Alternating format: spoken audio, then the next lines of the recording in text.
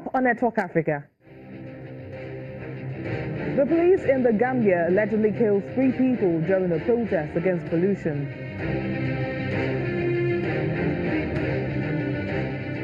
South Africans worry over the high crime rate in the country after the murder of ANC lawmaker Sibusiso Radebe.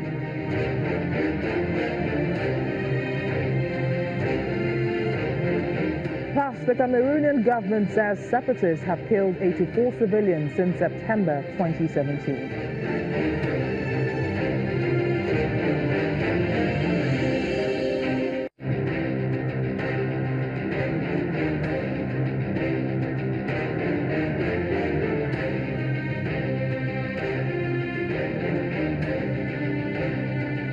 Hello and welcome to the program. I am Dibiah. We begin today in West Africa, where 3 people have reportedly been killed in the Gambia after the police shot them while they were protesting against pollution.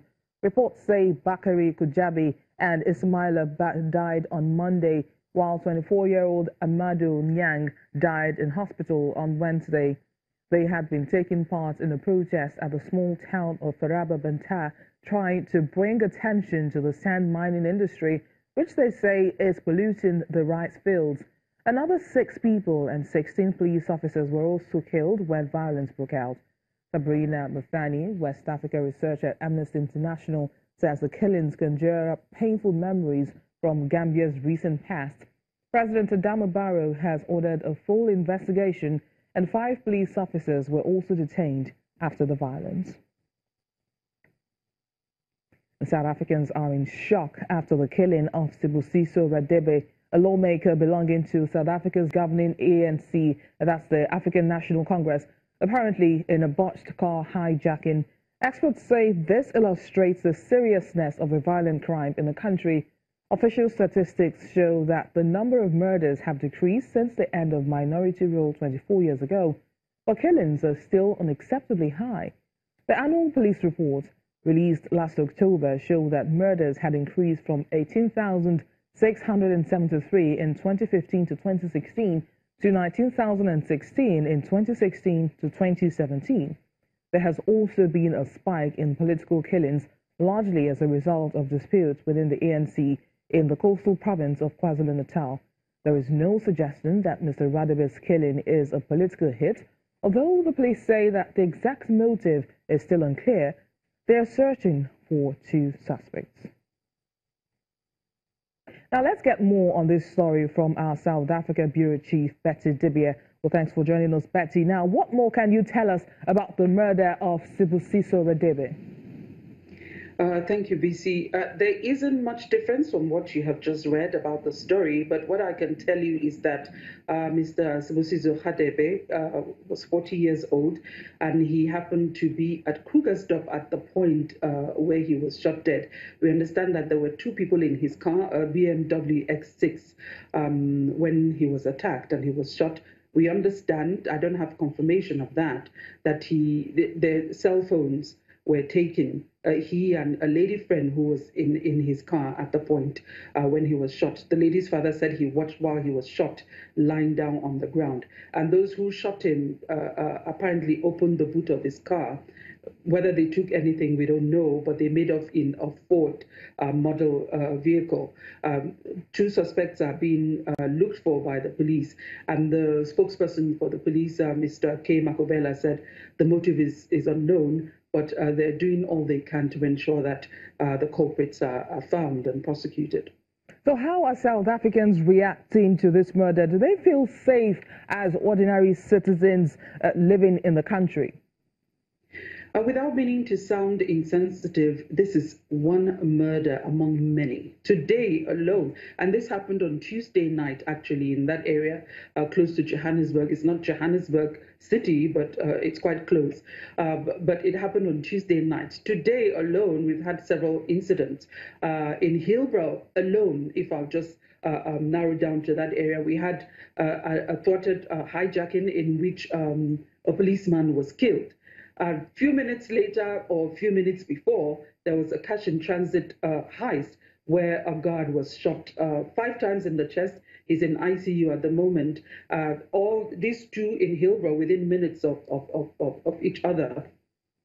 And that particular spot for the cash in transit heist was a place where the spot where an attempted cash in transit heist happened on Tuesday as well, and today they succeeded in taking away money. All that among many others, and it's hard being a policeman in this country, and the police is well, they say they're trying, and we see police. Some attempts have been thwarted. Some people have been arrested, according to the police.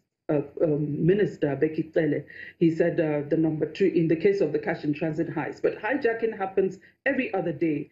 The mayor of Tswane, that's Solima Msimang, his car was hijacked as well. He was having lunch or supper with a few friends when his car, Mercedes-Benz, was hijacked. I don't know if that car has been found, but that's the reality that we live. People just go around. Of course, they're scared, but you're praying it won't happen where you are. But it's a daily occurrence, and not just Johannesburg, different parts of the country.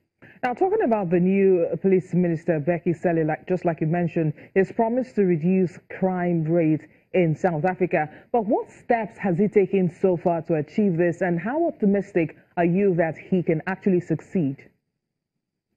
Maybe living here, I see the reality of what's on ground, but they revealed a number. Of course, they can't tell you everything they're doing, but they listed a number of steps. This includes changing the kind of cars the police men are using, different strategies, and let me call it visible, invisible policing, the presence of policemen without you knowing that they're there in order to act as quickly as possible. But it is a huge task, given the fact that a number of, guns are quite present away from rightful hands in the country. And part of the strategy includes what they call gun amnesty that had happened in the past. And they're trying to visit areas where maybe people give up their guns without being prosecuted. But it is a huge task. And you mentioned political killings.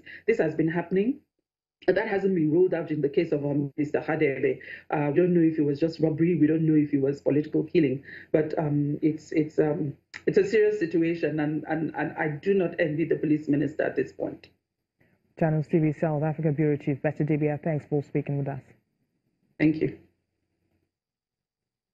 And Ethiopia's Prime Minister Abiy Ahmed has thanked the Eritrean President Isaias Afwerki for accepting his olive branch in a specially recorded message. Abiy Ahmed directly addressed his counterpart in a short film made while he was visiting communities displaced by ethnic clashes in the south of the country. This comes after he said that he would send a delegation to Ethiopia for talks aimed at ending their 16-year border dispute as both nations relish peace and harmony. Mr. Abiy even switched to Tonginia language to ensure that Mr. Isaias can understand him.